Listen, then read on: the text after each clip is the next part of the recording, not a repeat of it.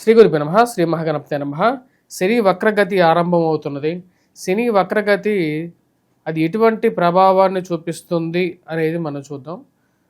మనకు జ్యోతిష్యపరంగా శని వక్రగతి అనేది రాబోతున్నటువంటి జూలై 13వ తారీఖున ఉదయం 9:36 ఇది ఆరంభం అవుతుంది. ఈ యొక్క వక్రగతి అనేది మనం గమనించినట్లయితే ఈ యొక్క వక్రగతి నవంబర్ 28వ తారీఖున ఉదయం 9:14 వరకు కూడా ఈ యొక్క వక్రగతి అనేది జరుగుతూ ఉంటుంది. అసలు వక్రగతి అంటే ఏంటి అనేది ముందుగా మనం తెలుసుకుందాం. వక్రగతి అంటే శని తను పురోగతి దిశలో నుండి వెనక్కి అంటే రెట్రోగ్రేడ్ మూమెంట్లో అంటే ముందుకు జరిగేటువంటి ఒక గ్రహం వెనక్కి తిరిగి రావడం అనేది జరుగుతూ ఉంటుంది. అంటే వెనక్కి తిరగడం జరుగుతున్నప్పుడు అంటే రెట్రో స్పిన్ గ్రేడ్లో జరుగుతుంటుంది. దీన్నే రెట్రోగ్రేడ్ మూమెంట్ అంటారు అన్నమాట. ఎలాగైతే శని మందగమనంలో 2 సంవత్సరాల 6 నెలల 12 రోజుల పాటు ఒక రాశిలో సంచారం చేస్తుంటుందో, అంటే తను గడిచేటువంటి ఒక అడుగు ముందుకు వేస్తే 4 అడుగులు వెనక్కి జరుగుతూ అలా 2 సంవత్సరాల పాటు ఉంటుంది. గురువు 1 సంవత్సరం పాటే ఉంటుంది. కానీ శని మటుకు మంచి శుభాన్ని ఇవ్వగలిగేటువంటి స్థానంలో ఉంటే తను 3 సంవత్సరాల పాటు అంటే 2.5 సంవత్సరాల పాటు దగ్గరగా 3 సంవత్సరాల పాటు తను ఒక మంచి ఫలితాన్ని ఇస్తూ ఆ యొక్క రాశిలో ఉండేటువంటి వారికి సకల ఐశ్వర్యాలని శుభ ఫలితాన్ని కూడా ఇవ్వగలుగుతాడు. శని మనం గమనించినట్లయితే శని మూల పదార్థంగా మనం గమనించినట్లయితే ఏ యొక్క వస్తువులకి ఎటువంటి బిజినెసెస్కి ఈ యొక్క గ్రహం అనేది బాగా ఉపయోగపడుతుంది అనేది ముందుగా తెలుసుకుందాం. శని ముఖ్యంగా మనం చెప్పాలంటే మెటల్స్ ఐరన్కి బాగా ఉపయోగపడుతుంది, స్టీల్, దాని తర్వాత అదేవిధంగా వృత్తిపరంగా మనం గమనించినట్లయితే కార్మిక కర్షక వృత్తులు ఏవైతే ఉంటాయో అంటే వడ్రంగి పనిచేసేటువంటి వాడు, వాచ్మెన్లు కానీ లేకుండా అంటే ఈ యొక్క మున్సిపాలిటీలో పనిచేసేటువంటి వారు, రోడ్ కాంట్రాక్ట్ పనులు చేసేటువంటి వారు, బిల్డింగ్ కన్స్ట్రక్షన్ చేసేటువంటి మేస్త్రులు, సివిల్ ఇంజనీరింగ్లో పనిచేసేటువంటి వారు, వాటితో పాటు ఇక బిల్డింగ్ కన్స్ట్రక్షన్ చేసేటువంటి కూలీలు, వీరందరి మీద కూడా తన యొక్క ఇన్ఫ్లుయెన్స్ అనేది వీటితో పాటు ఎవరైతే పెట్రోకెమికల్స్ వాటి మీద కూడా దీని యొక్క శని యొక్క ప్రభావం అనేది ఉంటూ ఉంటుంది. పెట్రోకెమికల్స్ మీద ఉంటుంది, ఆ యొక్క ఇండస్ట్రీస్లో పనిచేసేటువంటి వారి మీద కూడా ఈ యొక్క ప్రభావం అనేది ఉంటుంది. ఇక మరి అదే విధంగా స్టీల్ ఇండస్ట్రీస్లో పనిచేసేటువంటి వారు, building and roads and contractors పనిచేసేటువంటి వారి మీద కూడా ఉంటుంది. స్థానాన్ని బట్టేసేసి ఫైనాన్షియల్ ఇష్యూస్ మరి అదేవిధంగా వైవాహిక జీవితంలోనూ దీని యొక్క ప్రభావం అనేది శని యొక్క ప్రభావం అనేది ఉంటూ ఉంటుంది అన్నమాట. ఇప్పుడు జరుగుతున్నటువంటి వక్రగతి అనేది వచ్చినప్పటికీ మీనరాశిలో జరుగుతున్నది. మీనరాశిలో జరుగుతున్నటువంటి వక్రగతి రాబోతున్నటువంటి జూలై 13వ తారీఖు నుంచి మనకు 3 నెలల పాటు అంటే 3 నెలల కన్నా ఎక్కువగా మనకు వచ్చినప్పటికీ ఈ యొక్క దాటి ఒక వక్రగతి అనేది ఉంటుంది. వక్రగతి ముగించుకున్న తర్వాత మళ్ళీ పురోగతిలోకి మళ్ళీ శని అనేది జరుగుతుంది అన్నమాట. ఈ యొక్క వక్రగతి ముగిసిన తర్వాత ముగియ ముందు ఎటువంటి ప్రభావం చూపించబోతుంది ద్వాదశ రాశుల వారి మీద అనేది మనం ఇప్పుడు చూద్దాం. అదేవిధంగా వృత్తిపరంగా కూడా ఎటువంటి ప్రభావాన్ని చూపించగలుగుతుంది అనేది కూడా మనం క్లియర్గా తెలుసుకుందాం. కుంభరాశి వారికి రాబోతున్నటువంటి వక్రగతి ఎటువంటి ఫలితాన్ని ఇస్తుందని చూద్దాం. కుంభరాశి వారికి ధనస్థానంలో జరుగుతున్నటువంటి వక్రగతి దాని యొక్క ప్రభావం అనేది రాశివారి మీద సుస్పష్టంగా ఉంటుంది. ఎందుకంటే రాశివారు చివరి పాదంలో ఇంకా ఎలాంటి శని ప్రభావం అనేది జరుగుతున్నది. దాని యొక్క ప్రభావ రీత్యా వచ్చినప్పటికీ ముఖ్యంగా జన్మరాశిలో శని సంచారం జరుగుతున్నప్పుడు ఎటువంటి ఫలితం ఉందో అటువంటి ఫలితాన్ని వేస్తుంది. అంటే రాశిలో ఉండేటువంటి వారికి ముఖ్యంగా మానసిక చింత, భయాందోళన, ఆర్థికంగా ఏం జరుగుతుంది అనేటువంటి ఒక ఆలోచన కలిగించడానికి 3 months పీరియడ్ అనేది ఉంటుంది. వినటానికి కఠోరంగా ఉన్నా సరే పూర్వరాశి ఫలితాన్ని ఇస్తుందని చెప్పి శాస్త్రం చెబుతుంది. సో తద్వారా వచ్చినప్పటికీ ఆరోగ్యపరంగా జాగ్రత్త అనేవి తీసుకోవాలి. మానసిక చింత అనేది ఒక 3 months పీరియడ్ భరించాలి. దాని తర్వాత వైవాహిక జీవితంలోనూ చిన్న మనస్పర్ధలు అనేది ఖాయంగా ఉంటుంది. వీటన్నిటితో పాటు రాశిలో ఉండేటువంటి వారికి ఉద్యోగపరంగా జాగ్రత్తలు తీసుకోండి. మార్పు చేర్పులు చేసేటప్పుడు జాగ్రత్తలు తీసుకోండి. భయాందోళనకు గురయ్యేటువంటి పరిస్థితి తెచ్చుకోకుండా ఉన్నటువంటి స్టేబుల్ ప్లేస్లోనే ఉండడానికి ఎక్కువగా ప్రయత్నం చేయండి. 3 months పీరియడ్లో పెద్దగా మారాల్సినటువంటి అవసరం లేనప్పుడు మారద్దు. ఎందుకు మారద్దు అని చెప్తున్నానంటే రాబోతున్నటువంటి జూలై 13వ తారీఖు నుంచి రవి షష్టమంలోకి రాబోతున్నాడు. ఇది ఉద్యోగ అవకాశాలని ఆపర్చునిటీస్ని ఇచ్చేటువంటి పీరియడే. ఎందుకంటే జూలై 13th నుంచి ఆగస్ట్ 16th వరకు, కూడా దగ్గరగా రవి యొక్క సంచారం అనేది షష్టమంలోకి మారుతున్నాడు. పంచమంలోంచి షష్టమంలోకి మారినప్పుడు డెఫినెట్గా ఈ రాశిలో ఉండేటువంటి వారికి ఎవరైతే ఉద్యోగం మారాలనుకుంటారో వారికి కొన్ని అవకాశాలు అనేది రావడం పరిపాటిగా ఉంటుంది.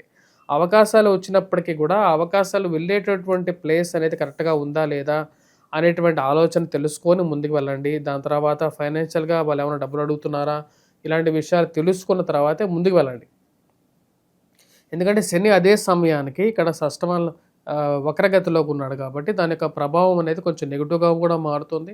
కొత్త ఆపర్చునిటీస్ వచ్చాయి, కొత్త అవకాశాలు వచ్చాయి, కొత్త బిజినెస్ ఐడియాస్ వచ్చాయి, అది ఇది అని చెప్పేసి మీరు తొందరగా కొన్ని డెసిషన్స్ తీసుకునేటప్పుడు మీ యొక్క స్వజాతకాన్ని కూడా పరిశీలించుకున్న తర్వాత ముందుకు వెళ్ళండి.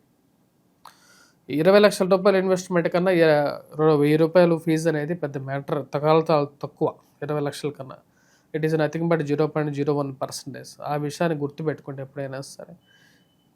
ఇంకో విషయం, ఈ రాశిలో ఉండేటువంటి వారు ముఖ్యంగా మెటల్స్లో కానీ దాని తర్వాత సెల్ఫ్ డ్రైవింగ్ విషయంలో కూడా ఈ 3 months అనేది జాగ్రత్తగా ఉండాలి.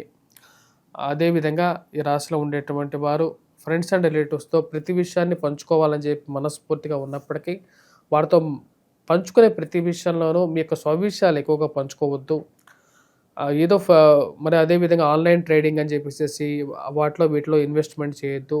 వాటికి దూరంగా ఉండడానికి ఎక్కువగా ప్రయత్నం చేయండి. మానసిక చింత అలాంటి విషయాలకి దగ్గర రావద్దు. మరియు అదేవిధంగా ఫార్మాస్యూటికల్ కంపెనీస్లో పనిచేస్తున్నటువంటి వారు కూడా ఈ యొక్క నియమాలను పాటించాల్సినటువంటి ముఖ్యమైనటువంటి సూచన.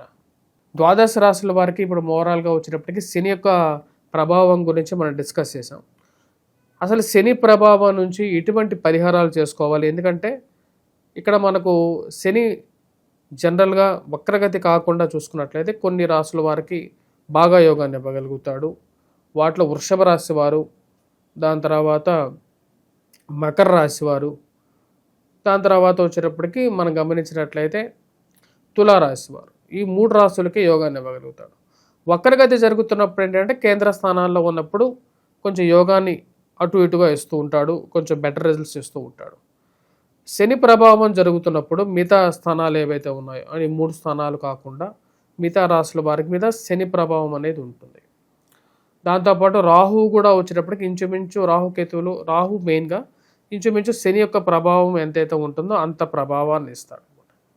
అంటే అర్ధాష్టమ స్థితిలో శని ఎలాగైతే ప్రభావాన్ని ఇస్తున్నాడో అర్ధాష్టమ స్థితిలో రాహు ఉన్నప్పుడు కూడా అదే ఫలితాన్ని ఇస్తాడు. దానికే శనిబాత్ రాహుబాత్ అంటారు. అంటే ఇప్పుడు వృశ్చిక రాశి వారికి అర్ధాష్టమ శని పోయినప్పటికీ అర్ధాష్టమంలో రాహు వచ్చాడు. దాని యొక్క ప్రభావం అనేది ఈ రాశి వారికి ఉంది. సో ఈ రాశిలో ఉండేటువంటి వారు మెయిన్గా ఈ యొక్క ఎటువంటి పరిహారం చేసుకోవాలి మిగతా రాశుల వాళ్ళు అనేది చూద్దాం. ముఖ్యంగా మనం గమనించినట్లయితే శనికి ఎన్నో రకాల పరిహారాలు చేసుకోవచ్చు. అఘోర పాశుపత హోమం అనేది ఒకటి చేసుకోవచ్చు. ఒకవేళ మీ యొక్క జాతక చక్రంలో శని మహర్దశ నడుస్తూ మీకు రాహు మహర్దశ కానీ శని మహర్దశ కానీ జరుగుతున్నట్లయితే ప్యారలల్గా ఏలినాటి శని ప్రభావం కానీ అర్ధాష్టమం కానీ అష్టమ శని ప్రభావం కానీ జరుగుతున్నట్లయితే రిజల్ట్స్ అనేది కొంచెం సేమ్ అలాగే ఉంటుంది అన్నమాట. అంటే రాహు మహర్దశ కానీ శని మహర్దశ కానీ జరుగుతూ అర్ధాష్టమ శని, అష్టమ శని, ఏలినాటి శని ఇవి జరుగుతున్నట్లయితే మటుకు సేమ్ రిజల్ట్స్ ఉంటూ ఉంటాయి. అంటే కొంచెం నెగిటివ్ రిజల్ట్స్ ఎక్కువగా వస్తూ ఉంటాయి. అలాంటప్పుడు కంపల్సరీగా మీరు వెంకటేశ్వర స్వామి దేవాలయ దర్శనం చేసుకోండి. సింపుల్ రిజల్ట్స్ కావాలనుకుంటే డబ్బులు ఖర్చు పెట్టకుండా మీరే ఏంటో చేసుకునేటువంటి వాటి గురించి మనం ముందుగా డిస్కస్ చేద్దాం. వాటిలో వచ్చేటప్పటికి శనికి తైలాభిషేకం చేయండి. అది చేసే సమయం కూడా వచ్చేటప్పటికి శని హోరా సమయంలో చేయండి. ఒక రోజులో శని హోరా సమయంలో చేయండి. శనివారం పూట చేయండి. మరియు అదేవిధంగా ఒక నల్లటి గుడ్డ తీసుకొని దాన్ని 7 పాయలుగా దాన్ని విభజించి దాన్ని నూనెలో నానబెట్టి ఆ నూనెను నానబెట్టిన తర్వాత నువ్వుల నూనెలో నానబెట్టిన తర్వాత శని ముందు దీపారాధన చేయండి. శనివారం పూట శని హోరా సమయంలో చేయండి. ఇలా 7 శనివారాలు చేయండి. చేసేటప్పుడు ప్రతిరోజు తలస్నానం చేసి శనివారాలు చేయండి. శనివారం నాన్ వెజిటేరియన్ డ్రింక్స్ తీసుకోవద్దు. వాటికి కొంచెం దూరంగా ఉండండి. ఎందుకంటే శని ప్రభావం అనేది ఇంకా కొంచెం ఎక్కువ అవుతూ ఉంటుంది. లగ్జరీ ఐటమ్స్కి కొంచెం దూరంగా ఉండండి. శని లగ్జరీని ఎక్కువగా యాక్సెప్ట్ చేయడు. ఇవన్నీ చేసింటే ఇవి కొంచెం మీకు సింపుల్ రెమెడీస్గా ఉంటాయి. దాంతోపాటు నువ్వులు ఏవైతే ఉంటాయో నువ్వులు ఎవరికైనా దానం చేయడానికి దానిలో ఒక శీల వేసేసి ఇనప శీల ఎవరికైనా సరే బ్రాహ్మడు అక్కడ ఉంటే వాళ్ళు తీసుకుంటారు, వారికి దానం చేయండి. లేదా లేని పక్షాల్లో ఆ నువ్వుల నూనెతో కొనుక్కొని వచ్చి స్వామివారికి అభిషేకం చేయండి. మరియు వాటితో పాటు ఏదైనా దేవాలయంలో పాత ఇనుముని దానం చేయండి, స్టీల్ని దానం చేయండి. మరియు అదేవిధంగా గోధుమతో చేసినటువంటి రొట్టెలని నల్లటి ఆవులు ఏవైతే ఉంటాయో కపిల గోవులు అంటారు, ఈ యొక్క శనివారం పూట ఆ యొక్క ఆవులకి తినిపించండి. గోధుమ రంగులో ఉండేటువంటి ఆవులు ఏవైతే ఉంటాయో వాటికి కూడా తినిపించవచ్చు, లేని పక్షాల్లో ఈ యొక్క ఆవులకి చేయించండి. వీటన్నిటితో పాటు ఈ రాశిలో ఉండేటువంటి వారు ముఖ్యంగా శనివారం పూట నువ్వులతో చేసినటువంటి బిస్కెట్స్ కానీ ఇలాంటివి ఏవైతే ఉంటాయో వాటిని కూడా ఎవరికైనా పిల్లలు ఉండేటువంటి పిల్లలు ఎవరైతే ఆడుకునేటువంటి పిల్లలు నువ్వుల ఉండలు కానీ ఏవైతే ఉంటాయో ఆ నువ్వుల ఉండలని కూడా మీరు ఏం చేస్తారంటే వెంకటేశ్వర స్వామి దేవాలయంలో ఇచ్చి అక్కడ పూజ చేయించిన తర్వాత నువ్వుల ఉండలని అందరికీ పంచిపెట్టచ్చు. ఇలాంటి పరిహారాలు చేయడానికి ఎక్కువగా ప్రయత్నం చేయండి. వీటితో పాటు ఈ రాశిలో ఉండేటువంటి వారు ముఖ్యంగా వచ్చేటప్పటికి అఘోర పాశుపత హోమం అనేది కూడా ట్రై చేయొచ్చు. అఘోర పాశుపత హోమం శివాభిషేకం కూడా చేసుకున్నట్లయితే కొంచెం సానుకూలమైనటువంటి ఫలితాలు పొందగలుగుతారు. స్వస్తి.